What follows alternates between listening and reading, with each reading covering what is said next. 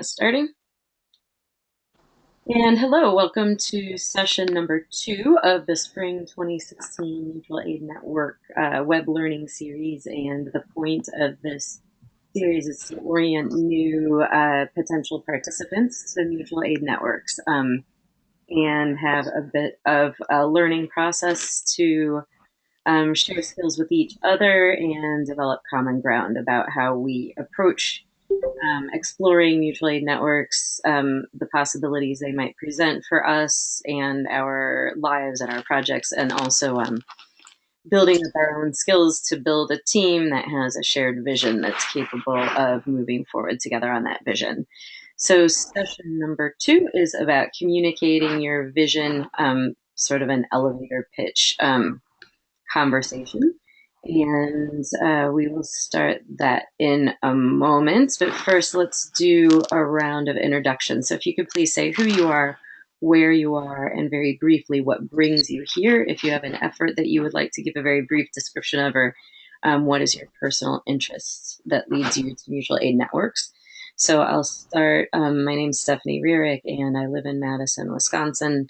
And I founded the Greene County Time Bank there in 2004 as a step in the direction of really exploring how we could do it our create a do it ourself more just economy and just begin operating differently in the world without having to get permission or having to ask some organizational or someone with power to provide that for us. Just realizing that we can choose to live differently ourselves economically and in community. So that's what brings me here, and I'm really excited to be with all of you.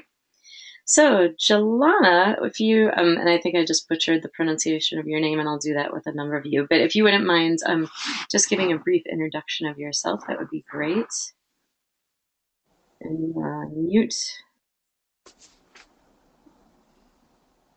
And John Rogers will be next after that if you want to get ready. So, John, do you want to go ahead while we wait for Jelana to get off of? Sure, yeah. Hi, everyone. This is John from England, living in Germany for the last 9 years. I've been involved with the Main Man board for a few months now.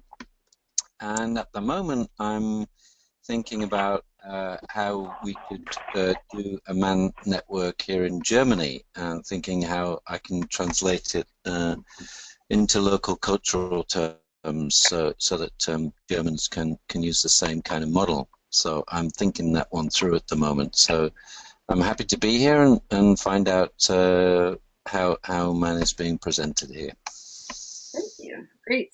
Julia. And Julia's going to help Hi. today. Hi. Welcome. Hi, everybody. My name is Julia Ho. I am based in St. Louis, Missouri, and I'm going to be helping out a little bit with the calls and with the web series in general. I'm really excited to be doing some more organizing work with the Mutual Aid Network. We have a group here in St. Louis called Solidarity Economy St. Louis, basically just trying to build an economy that works for everybody. And yeah, I'm excited to be on the call tonight. Thank you. Manu. Hello, sorry I'm late. No problem. Welcome. Yeah, would you like to just introduce yourself briefly, where you are and what brings you into this conversation? Manu Kelly. I'm based on the east coast of the North Island of New Zealand at the bottom of the South Pacific Ocean, and involved in a number of economic development activities with the tribe and indigenous peoples around here. Wonderful. Thank you so much for joining. Nathan, welcome. Hello everyone, my name's Nathan. I'm also based in New Zealand. I'm actually down even further south than Manu. I'm in Invercargill in the south of the South Island. I'm from the UK originally. I have a particular interest in mutual aid networks as a response, a practical response to the limits to growth, which I believe we now face as a society. And I'm interested in the long-term prospect of reshaping our economy to be fairer, whilst at the same time to deal with low or zero growth, which is related to biophysical limits that we face. So, a bit about me. Wow, thank you. And it's very nice to have participants so far flung today, so thanks everyone for being here. And Radu, if I'm pronouncing that correctly, you can set it straight now. Hello, could you introduce yourself, please, where you are and what brings you here?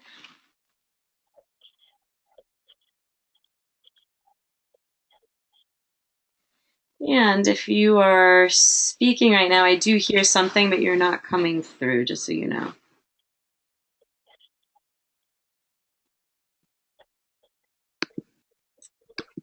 So I'm going to... Oh. Do you hear me now? Yes, wonderful. Welcome. Okay, so yeah, I switched something, I guess, in the settings. Okay, my name is Radu. I am from Romania, but I've been living in the States, in New Jersey, for the last 25 years. And I have an interest into this new way to start to build an economy that allows everybody to participate, and I just try to find ways to contribute to this. Wonderful, thank you. Scott. Hello, everyone. I'm Scott Murto. I'm based in Lansing, Michigan. I've been working with Stephanie on the Main Man for a couple of years now. Here in mid-Michigan, we are one of the pilot sites for the Mutual Aid Network, and we're in the process of leveraging a number of cooperative resources we have here already operating on the ground, a time bank, a makers network, and some other cooperative initiatives, and also very interested in how we can learn our elevator pitches to explain this, like John said, to people in a very succinct, clear way. And looking forward to the call, and yeah, so thanks. Thank you. Stephanie. Hi, I'm Stephanie Barnett. I'm calling from Louisville, Kentucky, and this is my first call, so I'm delighted to be here. My interests are, I've been part of our city, Compassionate Cities Compassion Initiative, and specifically have been leading our work as it relates to using the value of compassion to create more sustainable approaches to health and well-being. And we would love to step into the platform of a mutual aid network to address some community issues that are going unmet right now. And very specifically, we're working with a portion of the population that are brand new mothers who are brand new in recovery from their addiction. We have a terrible opioid addiction problem here in our city, and there is a need for a more compassionate response to that from health and social services. There's never enough funding, so as we look at these solutions, we want to look towards a gift economy and time banking. I've been involved in our local time bank here, but would like to see if we couldn't put the pieces together of a more sustainable approach in support of these young families using the power of a mutual aid network. So our focus is somewhat narrow, but we hope to learn more about it through a narrow focus and then see if we can't expand it beyond the walls of this specific community. Wonderful, thank you. It's very exciting. Anyone else with us who hasn't had a chance to say hello yet? I see there's someone, and oh, here you are. Hi, would you like to say hello? And say how to pronounce your name correctly, Jelana, John? Sure, yes, actually it is absolutely Jelana. So I'm here in Madison, Wisconsin, also my first call, so again, thank you for having me. Very interested in the work of time banking man here, so just wanted to get involved after meeting Stephanie earlier this week. Thanks so much for joining. Great to see you on here. And thank you. James, I don't think we've heard from you yet.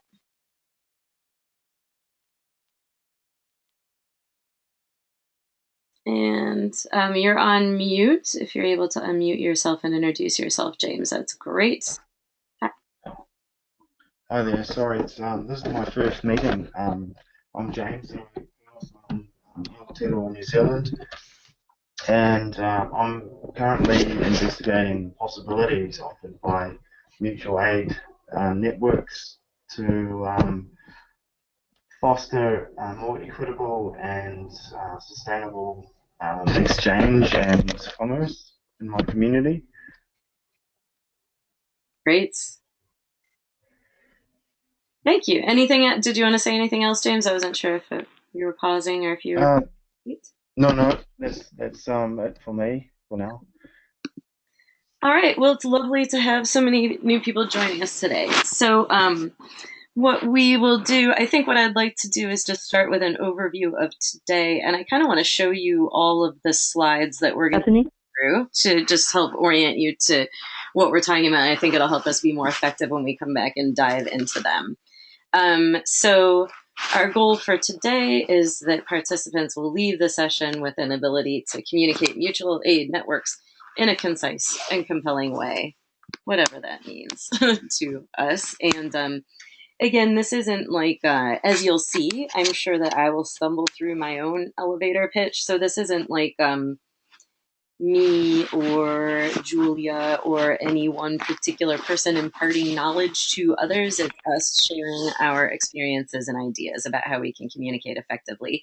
And some of us have had a chance to have more practice and a little more trial and error, but I think we all will have plenty to learn from one another. So that's the goal for today, is that we will be able to communicate mutual aid networks in a concise and compelling way. And then the series agenda, we are in session number 2 right now. So session number 1, we did more of an orientation and overview, and I just got around to sharing that online today. And I'll type it in the chat. You can find it at mutual aid. Oops. You can find it at mutualaidnetwork.org. There's a link just from the front page to the web learning series, and then you can find the video there. So, so the orientation you can check out on your own whenever you want to. Today's communications. Then next week we'll be doing an exercise to how we come together with a core team and really ground ourselves in a common vision, mission, and aim. Oops, sorry, I got off that by accident. And how we identify who we need on our core team to meet our goals. Then facilitation training, understanding of tools and their applications. That's the time where we will give you a tour of the software that we're choosing to use for mutual aid networks and how that works, and then also how the different exchange mechanisms, meaning things like time banking or price-based mutual credit or money, pooled money, shared resources, what's under what circumstances each one tends to work best. So it'll be sort of tools and their applications. Then robust budgeting for projects and participants. Sorry, I keep accidentally changing slides. I've a problem with that. By robust budgeting, we simply mean creating a really explicit budget about what are your actual needs in energy, housing, leisure, transportation, food, care, all the education, all the various components of life, and what are the resources that you can bring to bear to meet those needs besides just money. So that'll be workshop number 6, and number 7 is Enjoyable Life Workshop, which is essentially a workshop about redesigning our work lives. So how do you create a picture of how you spend your time? What do you really want to do with your time? How do you want to balance the different activities in your life? And how can you make that work in a very rich and full livelihood using these mechanisms? So moving on, the Wisconsin Mutual Aid Network we are a cooperative. We're a type of cooperative. Mutual aid networks in general are a new type of cooperative that we're creating. And the Wisconsin Mutual Aid Network is the main man. That's the umbrella cooperative organization that connects local initiatives and supporters. So the idea is to become a network of networks throughout the world of real solidarity and mutual support. And our mission is explicitly to create means for everyone to discover and succeed in work they want to do with the support of their community. So, in service to that mission, we use these different tools, and essentially we are just taking things that have been applied over time with a lot of success in a lot of ways, but with limitations. So taking all these tools like time banking, which is a form of mutual credit where we exchange services with each other and earn hours for the amount of time we spend helping each other, and use that as a currency to get help from other people. And it's very good for exchanging things that are very abundant, like care and civic engagement, creativity, community building. But then price-based mutual credit, where we exchange in a similar way, but it has a price attached to it, generally denominated in the national currency, but not necessarily. But then it's taxed and can be used in businesses and for more professionalized kinds of services. And then also savings pools. And it's particularly exciting for me to be joined by several people from New Zealand, because part of our inspiration has come from solidarity economy efforts in New Zealand, where there are time banks that are also operating savings pools alongside them and really developing capacity to invest in really great community initiatives. And any of the New Zealanders, if any of you want to share anything about that, I don't know if any of you are particularly engaged with that, but we would love to hear more from you if you'd like to share anything, or anyone with experience in these areas. And then also sharing, we realize it's really essential to focus on rebuilding our commons as we look to redesign our economy and have more commonly owned resources. And then in mutual aid networks, we focus a lot on the social processes that enable us to make those things work well. And a lot of those I've already referred to, we're going to do in this learning series: the budgeting, work redesign assistance, learning how to develop savings pools and community investments, and also learning how to come together and facilitate projects that meet common goals. So we'll go through key components to an elevator pitch, and we will talk about the potential audiences for our conversations, or participants in these conversations. So I'm just going to flip through these, and you can see the kinds of questions we're going to ask. And then I did want to show you just sort of our vision for how we develop these networks. This map shows the very first 8 official mutual aid network pilot sites. To be a mutual aid network pilot site, you fill out a pilot site application, which goes kind of in depth about your plans, your goals, your team, your succession plans, the scope that you want to work in. So these are the first 8 pilot sites. And then, you've heard a whole lot of additional potential pilot sites on this call today, and they're popping up all over the place all the time, which couldn't be more exciting. But the vision is we're our own networks and our pilot sites, and we start networking between pilot sites. And we use all these same resource sharing and exchange tools that we're talking about among ourselves. So for example, I could pay hours to Julia in St. Louis and have people there write a paper that I use, and someone else can offer me hours to go do training in their area, and we can just start really being more deliberate about meeting the actual needs of ourselves and our projects through these processes. So that, again, that big umbrella network is called the main man. So that is it for the overview of today. Does anyone have questions or anything that you want to share before we jump into the elevator pitch piece of the day? Stephanie, can you hear me? Yes.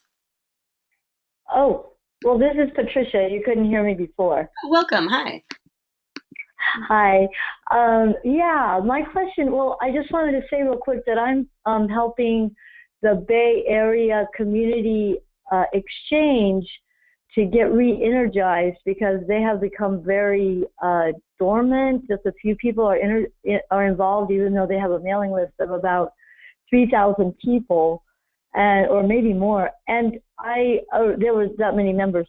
But I was just wondering if, in order for them to be, for me to propose for them to be a mutual aid network, if that's something I could get support on from somebody. I am all in favor of that if that's something that they're interested in, and that is very common.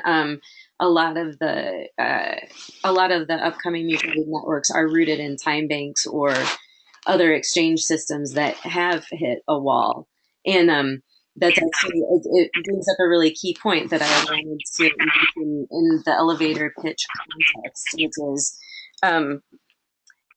often becoming a mutual aid network is a result of having some success with one of these systems and doing some system change and seeing the potential of these kinds of things, but then running up against a limitation. And so this really is an effort to address some of the organizational limitations and some of the sort of exchange limitations. There's nothing wrong with an individual system having limitations. Each one fits a different part of an ecosystem. So I think it's very good. It's not always something people want to focus on. If you have a struggling initiative, I think there have been a couple approaches that I've found when I'm traveling and talking with people about is one is completely reasonable, which is head down and focus on the one system that you're doing right now and get it operating the way you want it to. And then the other approach is what we're taking here and how this has been born is that we just think that there are some flaws, some systemic flaws that could be addressed by through a different organizational structure and through cross connection with other tools. So that was a long way of saying, yes, you absolutely would have my personal support. And I'm guessing you would have support of other people who are involved. And it would just really depends how the core team there, what direction people are motivated in. And it will go into this more over time. But here, and actually a few other places, our approach is our time bank is continuing to be a freestanding organization because it has nonprofit status and government contracts and things. And they're going to be a member of our mutual aid network that'll be a broader partnership. So that can be a fairly clean way to and a way to reduce risk for an existing organization to start connecting with a mutual aid network. Does that make enough sense for just touching on it now? Yeah, that's really great. Thank you. And I am from the Ozarks, but I'm visiting the Bay Area, and people are very receptive to my input. In fact, I'm getting paid for it by one of the members who wants to see this move forward. So I'm very grateful to be part of this. Great. And thanks for joining. I'm excited to see you in a few weeks. And we see Tara with us now. Tara or Tara, would you like to introduce yourself quickly? Hello. Hello. Welcome. Hi. Hi. Hi. I'm just Tara from St. Louis. Welcome. Thanks for being with us. So, oh, thank you. Thank you. No problem. Jumping in, who wants to say what an elevator pitch is? I know that everyone might not necessarily be. Sorry, I keep flipping around on the slides this way. It's terrible. So, who wants to say what we mean by elevator pitch?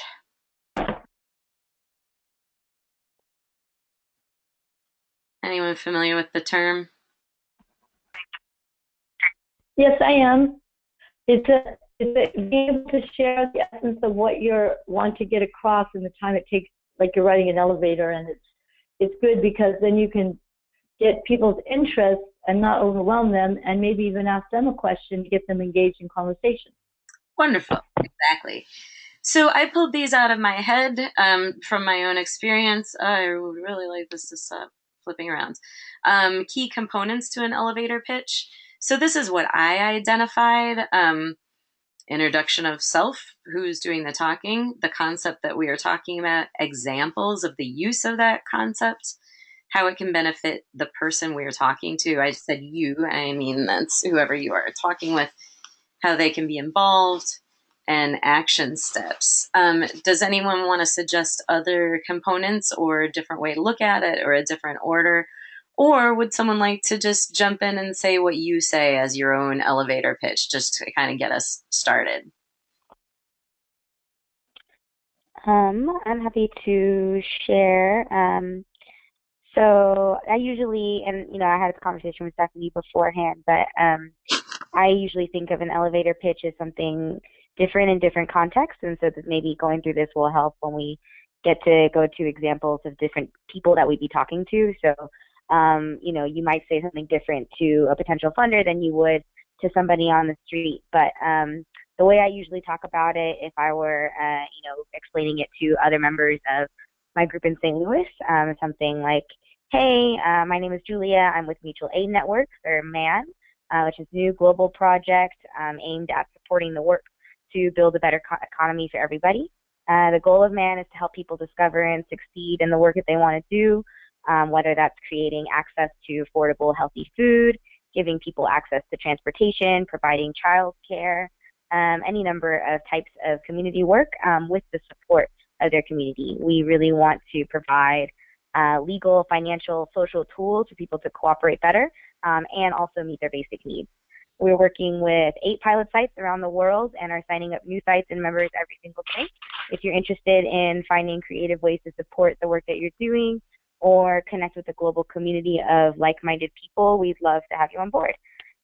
So that's kind of a really quick example of something that, I might say to somebody here. And I think one thing I really like to emphasize about the mutual aid networks when I'm talking to people is that it is a global community, and that's something that really resonates, that I found really resonates with people locally and nationally and internationally. So yeah, that's just kind of a quick example, but I'd be interested to hear if anyone else has any talking points or ways that they are already talking about mutual aid networks to people. Thank you. Yeah, so let's go around the circle. And if you also want to say, so another thing that we really are working to establish is, I already mentioned the social processes around this, but essentially we're talking about changing how we work together in the world. And so one of the things that we have been really working with is sociocracy. And one of the things that sociocracy and a lot of good practices build in is good, healthy, constructive feedback. So I would love for you all to, as you say things that resonate for you when you're giving elevator pitch, share what's really popped out at you from Julia's, and then places where maybe you might have had questions. And I thought that was lovely. Thank you. James, would you like to say anything that's worked for you? Or we can, I would like to give everyone a chance to speak, but I also don't want to hold things up for people who don't wish to speak. So if you're interested in speaking, why don't you unmute yourself right now? And then I can call on people who are unmuted. And I would love for you to say what popped out at you from what Julia said, and or what pops out at other people when you're talking about these things.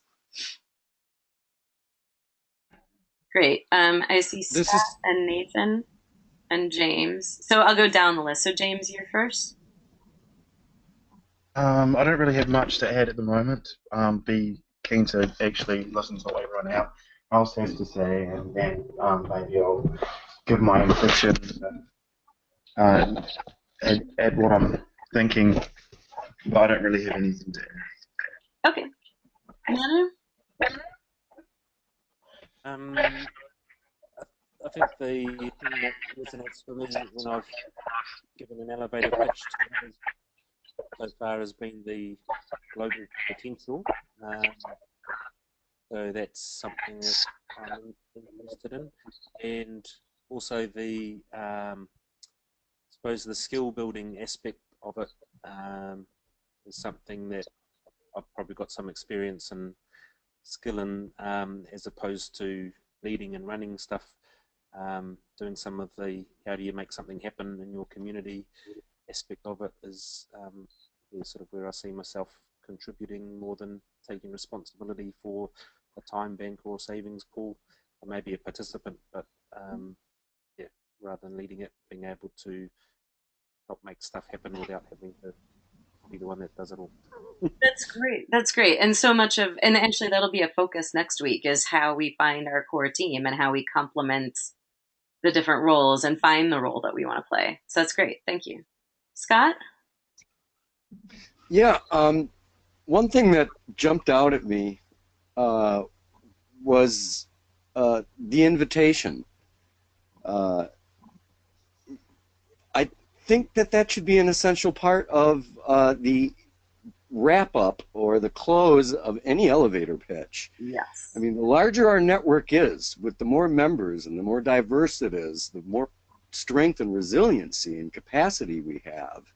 And so after you get to the floor and the elevator doors open and you've got somebody's interest and attention in the power of what we're building, to invite them in to the network so that the conversation can continue after you both walk out of the elevator together.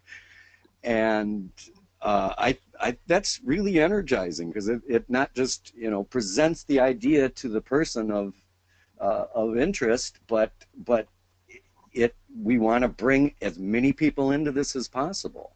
Exactly. And that allows the conversation to continue. I really like that. Wonderful. And that's another great segue that you just provided to the next part. So we just said, who are you talking to?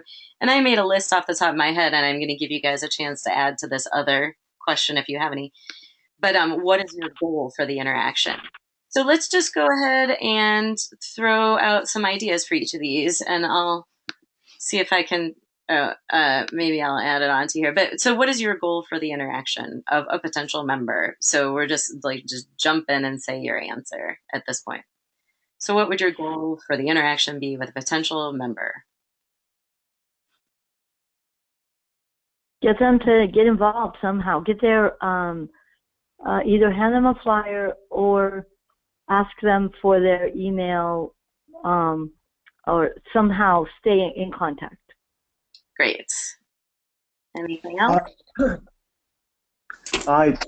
It's Nathan here. I tend to see a goal of this sort of interaction, because a lot of people, when you talk to them, I just get the impression have no concept of why an elevator, why a time bank might actually be helpful to them. Mm-hmm. So, the sort of idea of introducing some level of cognitive dissonance that provides a bit of a mental hook that you can, pull on in future.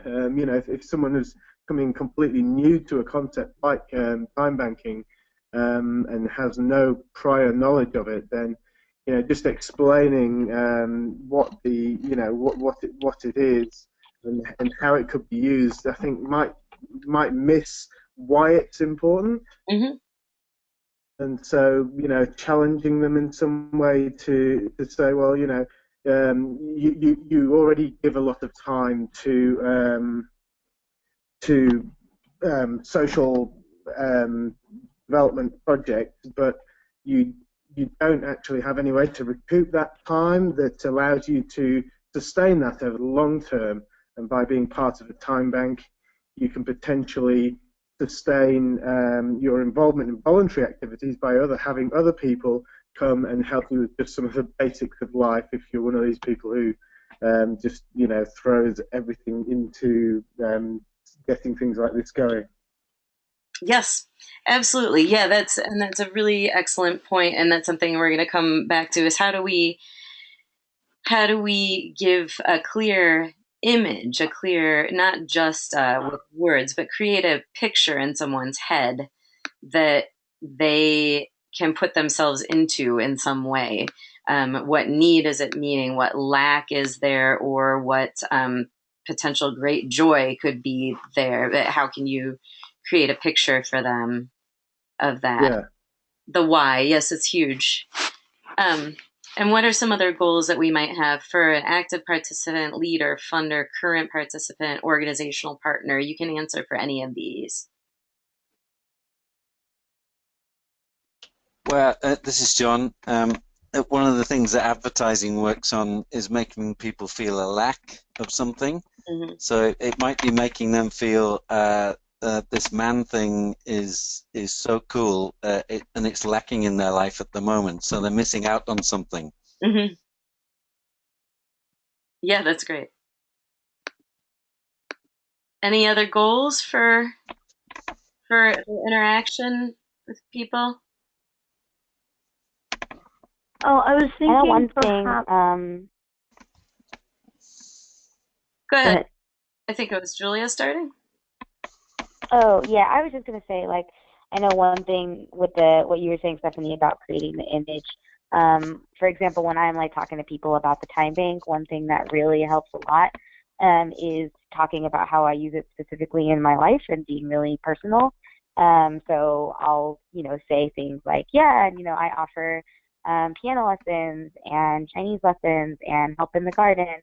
And, in exchange, I can get haircuts and catering for events or, whatever it is that you're currently doing. I think that it adds a lot to the interaction and really gets people excited about what it is that they can offer and what they need. Yes, absolutely. Anything else on this part about what our goals would be with different people?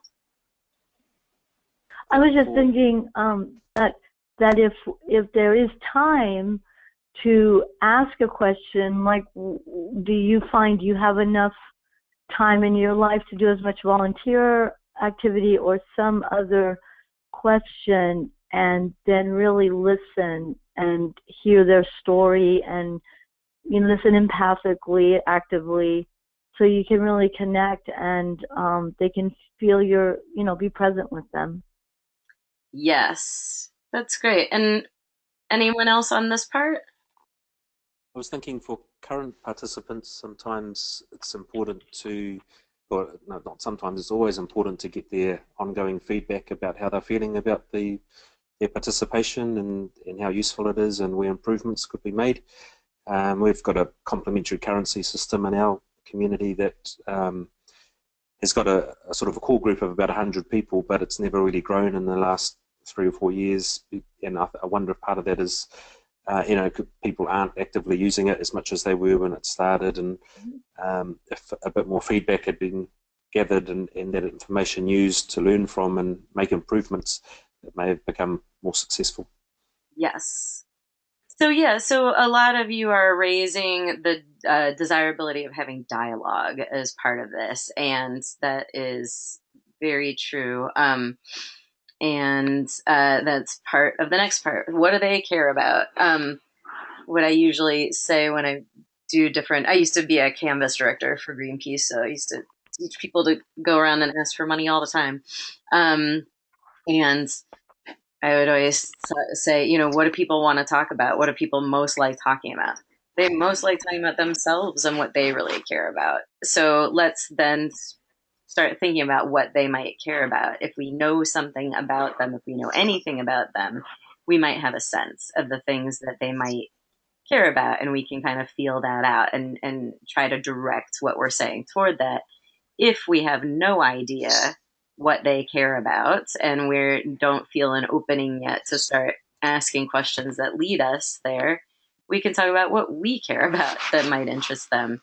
You have 2 humans in your, or more, but you have at least 2 humans in your conversation, and we should be talking about something that at least one of them is passionate about. So if you're not sure, go to what you care about. So how about if we talk about some of the things that we think people would really care about that would resonate with them? And you can say, some will be specific to these different roles and some will be kind of universal, but I'd like to just go through and hear what you think some of these folks would care about or would be likely to care about.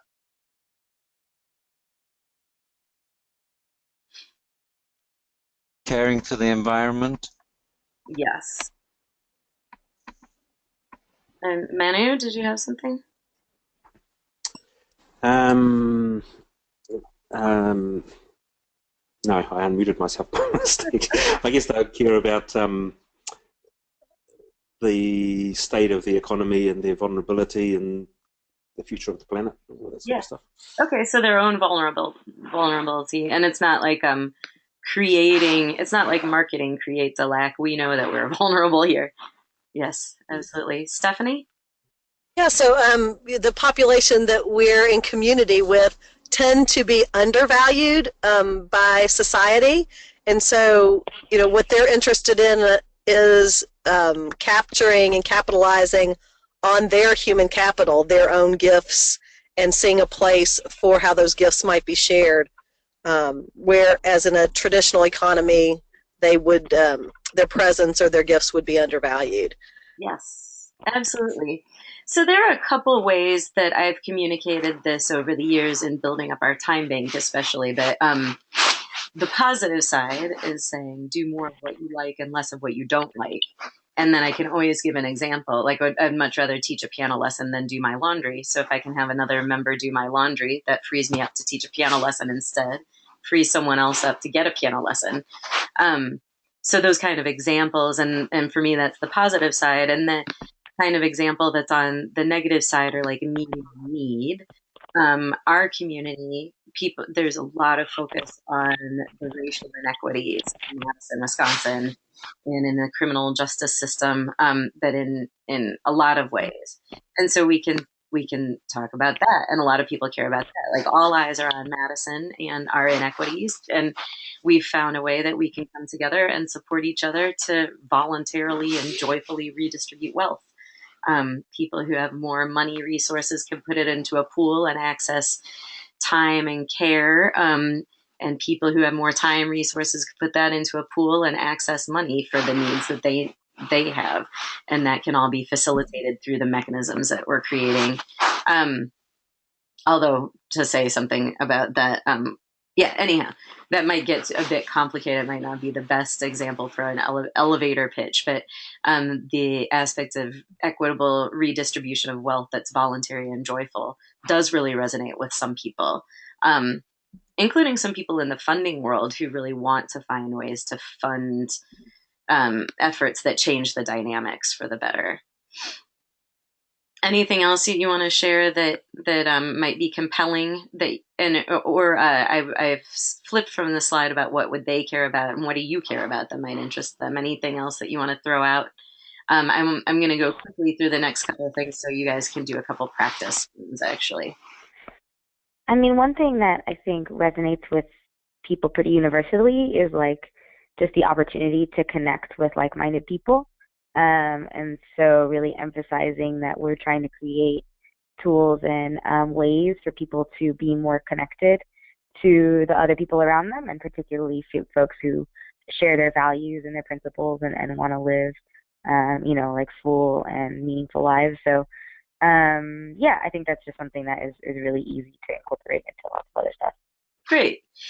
Yeah, and I've been really I mean it's highly motivating to a lot of us who get on these calls on a regular basis, and another thing, sometimes I'm talking to people about how we're really looking to create all these local networks that network with each other in mutual support, eventually becoming a global network that could involve everyone on the planet, and that it is an explicit goal for us to create a real solidarity economy that is for the 100%.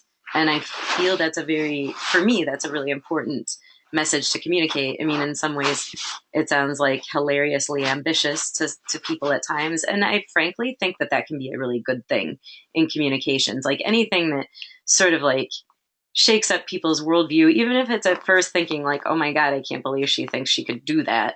I think is a positive thing because it can get people to think, and that is really the explicit goal. And I think it helps us to maintain the principles and integrity of the project if we think of it that way. And for me, it's compelling. I want to live in a real solidarity economy in the whole world. John, did you have something else to share? Yeah, I think a critical part of communicating all this is an invitation to people that they're joining a community, a real community that has real benefits for them. And that's a simple message that anyone can understand. And that gets it away from the potential complexity behind man. And you outlined all the tools at the beginning, all the diagram of different pieces that fit together with time bank and mutual credit currencies and all the rest of it. That's potentially really complex for people to understand. But I think if we can get it down to that basic human experience of invitation to join a community that gives you real benefits, then I think anyone can understand that. Yes. Great. And how do you impart a vision they can be part of? So we've done some of that in the examples, even just saying you could have someone do your laundry while you teach a piano lesson, or for people in Madison, again, are very motivated by our restorative justice youth courts, and we've made big system change with those. We really have, and it's very exciting. But I can go talk to people and say, a lot of people in the room really care about the racial disparities and the school to prison pipeline, and we would like to do something about it. We don't necessarily know what to do. Now you have a way to get involved. Whatever skill you have, whether you do anything with youth or not, you can walk the dog of the person who makes the casserole for the person who is driving the respondent to youth court that day, and you are putting your talents to use in solving one of our very complicated problems in Madison. And it partly helps solve that problem because by putting your talents to use there and starting to exchange with neighbors in this equal way that's about community building, you're really helping reweave the social fabric and build the strong communities that are what keep kids out of trouble to begin with. So you're sort of doing triple duty by choosing to share your skills in this way. I would like to go back in about a minute. I want to go back to the components of the elevator pitch and have everyone contribute different components of one, and we just see what we have. But before that, I just want to give you a chance if anyone has something that you wanted to say about imparting a vision or about facilitating an action step at the end. Anything on these?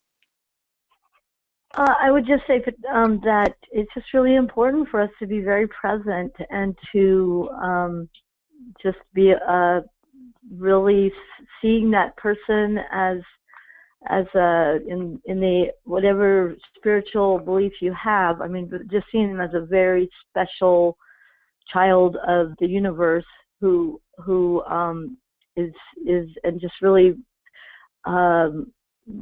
just opening your heart to that person and kind of walking your talk as you're connecting.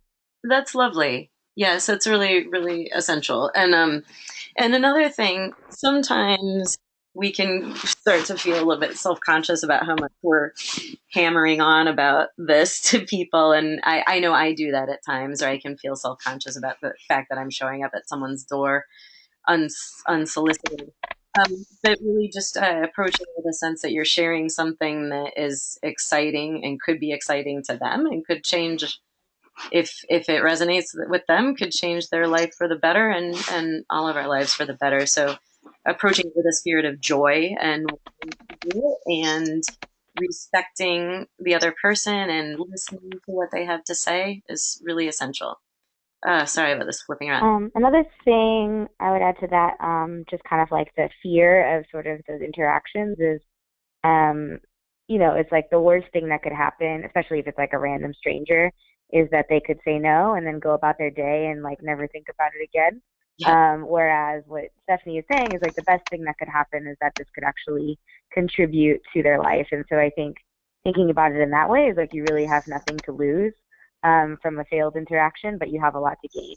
And then the other thing on the sort of facilitating action steps, to me, I always think about the fact that organizing is like 90% follow-up. Like 10% of it is that, first interaction or whatever it is you're doing to hook somebody in. But if you're not willing to do the work of following up with them, then the chances of that leading to something are so slim. And I don't, necessarily have the best follow up all the time, but I think it's just really important to be able to do these things as soon as possible. And so whatever it is that you're leaving with or whatever it is that somebody agrees to do, the sooner you do it, the more likely they are to respond. Because if you wait too long, they're going to forget. They might have a chance of forgetting that interaction. So being able to follow up in a way that's like, hey, remember me? I talked to you yesterday, or like, instead of being like, I talked to you 3 months ago. Yes. So now I'm taking notes, as you can see on the slides. So we'll have this for the future. So I said timely follow-up is essential. Get their information and leave something with them. So if they have a card or if they're willing to give you any contact information, ask for it. Leaving something with them is a great thing to do and important, and it's going to be even better if you get their information and follow up with them. So thank you for mentioning that. So what I'm thinking in our last 10 minutes is the next 5 minutes, I'd like to go through, I'll give you a chance to speak up in a second, John, sorry about that. But and then right after that, I'd like to go through these different components and we'll just do it popcorn style, which means that you can just pipe up and say, if you have I want you to just think about if you have a interesting way or compelling way to do any of these things, we're just going to do a round robin, and different people can suggest different pieces for these components of the elevator pitch. And John, coming back to you. A quick comment about vision. When I got involved with MAN, I was curious about where this mutual aid idea came from. I was vaguely aware of it. There's a famous book called Mutual Aid, A Factor of Evolution by a Russian biologist and anarchist called Peter Kropotkin. He wrote right at the end of the 19th century, and I'm just reading it. And it's a real source of inspiration because he studied nature at the time that Darwin's law was emerging and people were misinterpreting it. And I just read you one short sentence from his book, which is really inspiring on the subject of mutual aid. He said, "Besides the law of mutual struggle, there is in nature the law of mutual aid, which for the success of the struggle for life, and especially for the progressive evolution of the species, is far more important than the law of mutual contest." So I think if we can give people a vision that this idea of cooperation and mutual aid is deeply embedded in nature, it's not just some sort of hippie idea, you know, it's been studied by zoologists and biologists in great detail about how cooperation is woven throughout nature. And I think that can help us maybe, you know, making the case for it. Yes, wonderful. Here, here, John. And John, we Piotr have a Kropotkin message in the chat asking for the name of the book if you want to add it in there. I'll pop the direct link in now to the PDF, and you can read it. Yep, the book's available free online. It is, yeah. Must read. Yeah. Yeah, it's amazing. Cool. So who would What's the name of it? Was that you, Julia, who asked the question? It was Patricia. Could you say the name again? I'm not on the webinar. Oh. Yeah, go ahead and say the name, John. The book. The name of the book. Sorry, am I? Yeah, I'm unmuted. It's called, and I'm just going to share the link now. It's called Mutual Aid, A Factor of Evolution. So if you look in the chat, you can see the direct link to the PDF file, and you can go read it. Thank you for sharing that. That's great. So let's do a quick round robin. I would like to hear if someone, how do you like to introduce yourself? What's a good way to introduce yourself if you haven't yet met the person? Does it matter how you introduce yourself? I'd like to wear a name tag. It says Patricia of the Ozarks. People are intrigued by that. All right.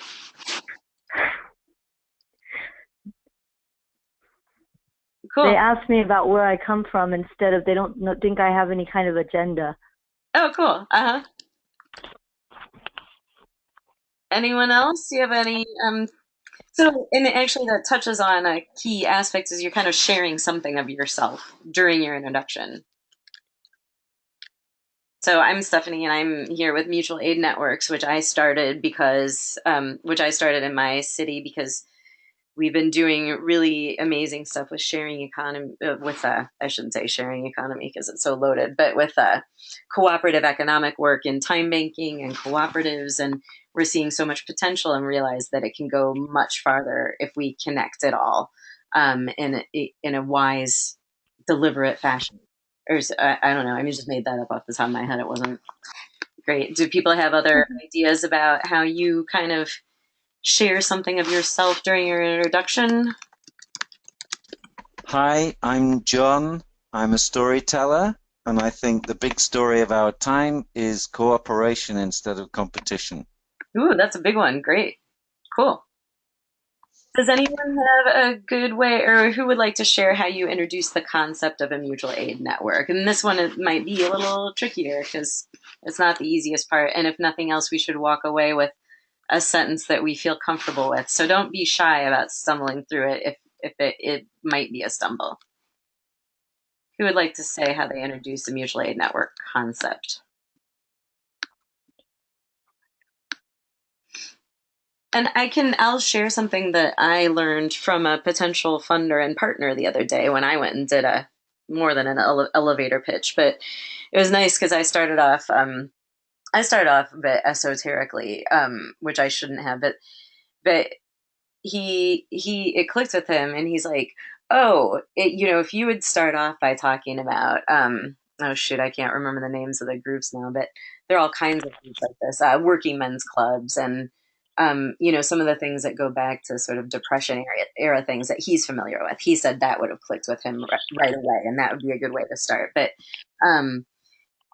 the concept, it can be, we don't have to talk about the specific tools. We can say, that mutual aid networks, it's a new type of cooperative, and it's a new way of organizing ourselves and how we do work and compensate each other. And we use sharing and different kinds of mutual exchange, and also pooled money to really support each other doing what we want to do in the world and accomplishing what we want to accomplish with our projects.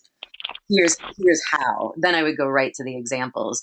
And I think the quicker you go to examples, the more quickly people are going to grasp, even if you say a great sentence about what the concept is. But I would like to hear a couple other people say how you would introduce the concept of mutual aid networks.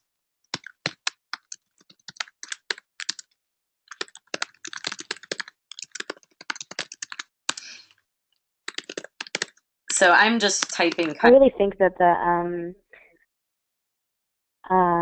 this is Julia, sorry. I really feel like the way that it's framed as like we are creating the legal, financial, and social tools for people to cooperate and meet their needs or to do the work that they want to do with the support of their community. I think framing it in that way can be really tangible for people, because it's like it can be really big if you just say like we're just trying to redesign the way that we live or something like that. So for me, being able to sort of hone in on those pieces, saying, we're creating legal, financial, social tools, resources for people to do the things they want to do, it seems to like click pretty easily with people. Great, thank you. All right, anything else on that one?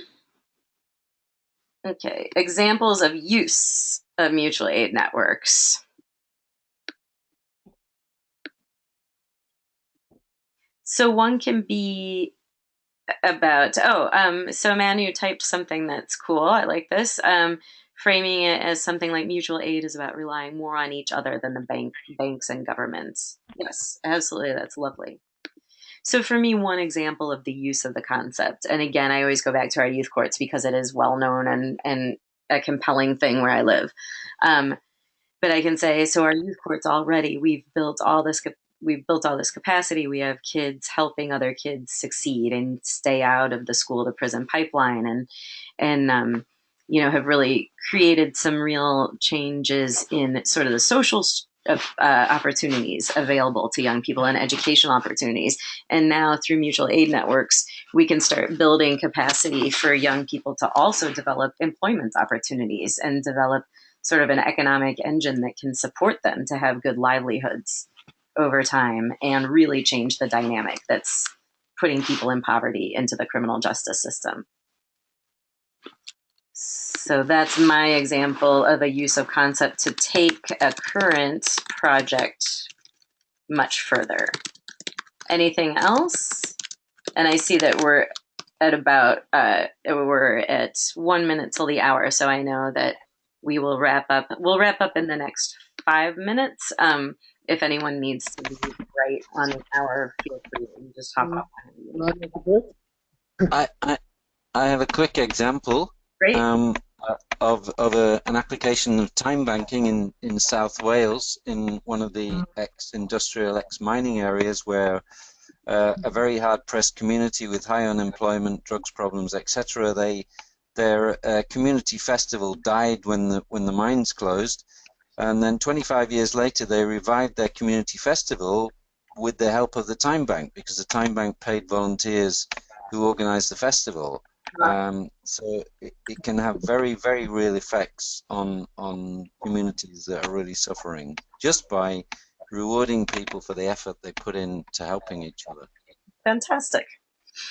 Yeah, that's something I'm sure you're probably going to touch on it in later sessions, but the idea of actually the creation of credit, or the creation of time credits, to support community activities like that. It's something I'm very interested in. I still haven't quite convinced other members of the group we've just set up that it's a good idea, and also just about how you put in place processes around it. I haven't really found much documentation about that. We can organize another gathering just on that if you'd like. So stay in touch about that on email, and we could make it one of these sessions too. I do want you all to help shape these sessions, so I'm not leaving us very much time for you to give feedback and suggestions about that, but we could stay on a little bit after if anybody wants to give suggestions for future sessions. And again, this whole thing is about mutual aid, and we are really aiming to create really big repositories where it's easy to find the technical assistance and that you need for things like that. So thank you for bringing that up. So how can it benefit you? And by you, it's the person we're talking to. Why don't you guys throw out a few things that might be compelling to them? How could being part of a man benefit them? I'm going to say my thing, just to do more of what you like and less of what you don't. And one thing I give as an example, which is very true, is Lori, who's now director of the Time Bank, now that I've moved on into doing man's more full time. Lori and I were talking about what would our lives look like if we were doing exactly what we wanted to do. And it was nice because we both realized that essentially we really love most of the activities we're engaged in, but we would like to do less of some and more of others. I wanted to not administer the time bank and play more music, but I want to be engaged in the time bank. But you know, the time bank was my full-time job, 40 hours a week, salaried position. I didn't want to do that for 40 hours a week, and I had to do a lot of tasks that I didn't want to do as part of that. And I would like to do it for 15 hours a week, and I'd like to do music for 15 hours a week, which I currently do less because of my economic situation. So just getting a sense of like what your time really is and how you really would like to spend it. It might not be that radically different from what it is already. Or it might be, but just being able to see our way clear towards supporting that. Anything else about how it could benefit them?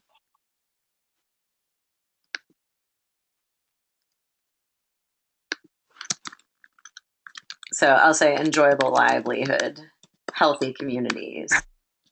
I don't want to just assume that people are only self-motivated.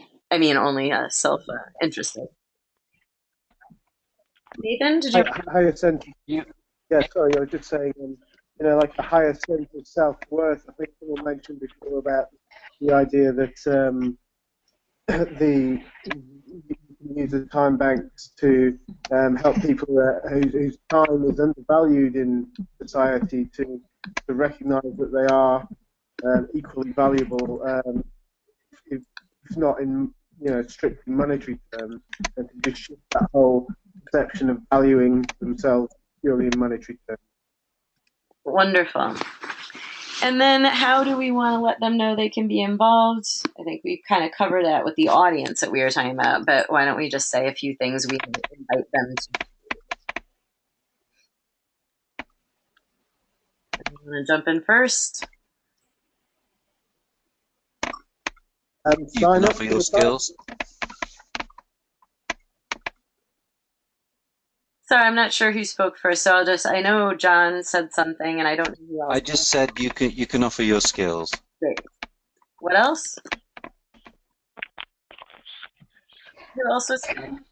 I said just signing up to the time bank. Yes, great.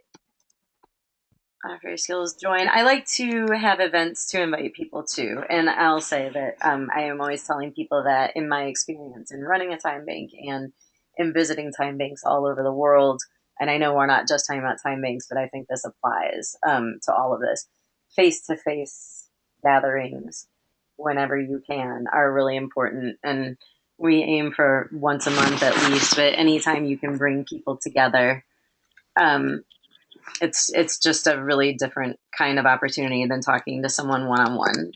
Invite to gathering. I absolutely agree with that 100%. And I'm writing serve food because that's always really helpful. We we used to have an annual auction in our lets, and we did about a third of our annual turnover in credits in that one evening because people just had a ball just selling stuff at auction and sort of bidding for more than they intended to. But it was just great fun. Yes, exactly, and fun. We didn't address that, but actually, that's a key component of all critical stuff. Yeah, make it it's got to be fun. This is about making life more fun. It really is. That's core. That's why I want to do it. I want to have the life I want, which is more fun than working 40 hours a week and worrying about how I'm going to eat and keep a roof over my head. Make it fun. And we've been talking about a workshop at We Share is called Serious Co-op Fun. So I've been really liking the phrase serious fun because that's what this is. It's serious fun. We're going to play with this. We're going to make our lives more fun, and we're going to see how we can make life more fun for all the people on the planet. Raju? Did you have something? Yeah, I was liking to say something, which may be from a completely different view. We talk here a lot about how we can attract people into the man and into the concept.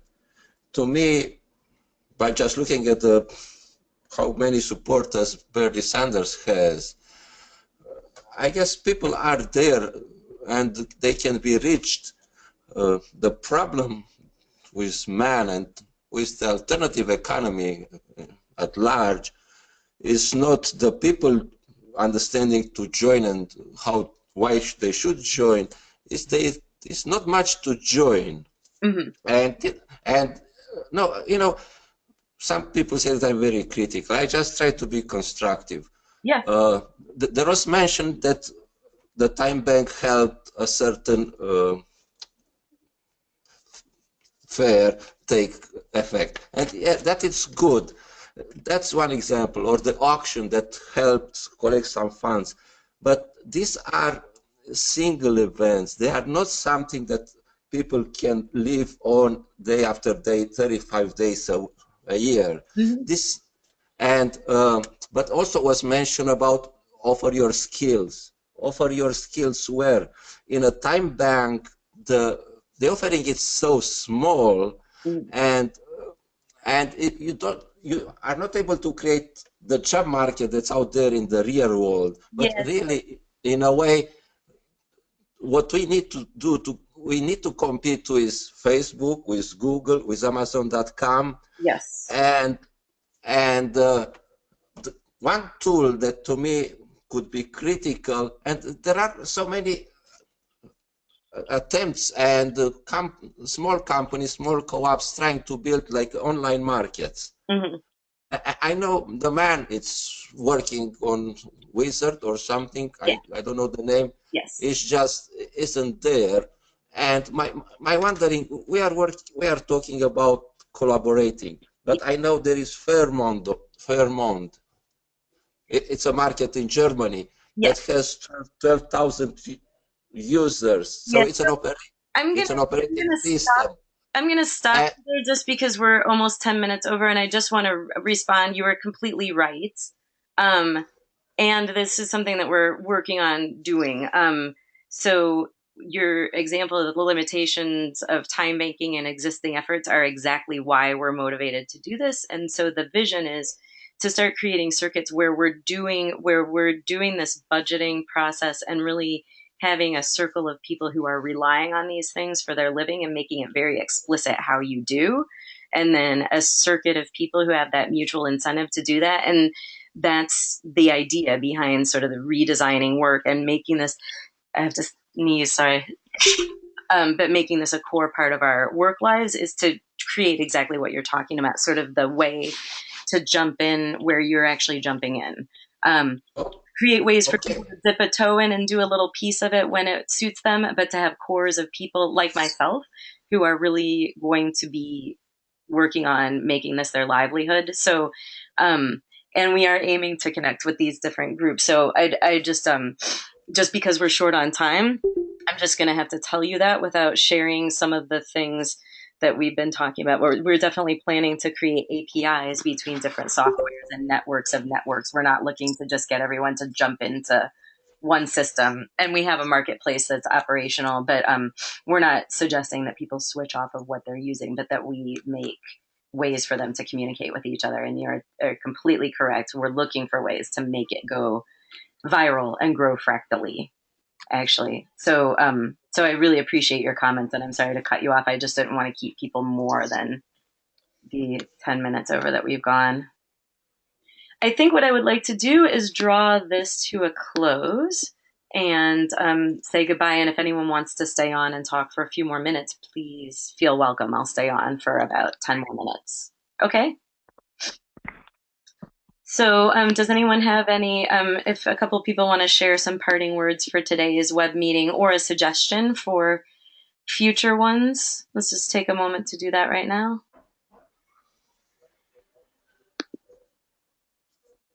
I just want to say thanks again. It was really nice to hear everyone talk. I think this is still, I'm still trying to find like my perfect place in all of this. And so it's lovely to hear everyone's stories, and it all seems so much more real to me now. And yeah, so just thanks again, and everyone have a good night or morning, day.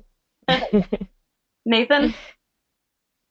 Yeah, just to touch again on that issue of credit creation in the time banking system and how that works, and suggest that as something that, like I say, I've struggled to get my head around and haven't really found very comprehensive document on the control of that. Yes. So that normally, I would think we could. It is a place that we would normally address that somewhat in this understandings of tools in the application segment. So I think I'm just going to flag it explicitly there and try to be sure that we get to it in that one. And we can have other conversations leading up to that if you want to also, but we'll make sure in a time bank or mutual credit. Yeah. This is John. Can I just quickly say as well that I've got over 20 years experience with local currency systems and written some books about it. I'd be happy to Skype chat with anybody who wants to talk about those kinds of issues. And I'll just drop my website and email into the chat here if you want to follow the link. Now that's a real aid. Great. All right. Anyone else want to say something before we sign off? Scott, Julia? No, I don't have too much to add. This was a good call. It was nice to hear some new people. So I'm looking forward to next week. Great. Thank you. So I'm going to stop the recording now.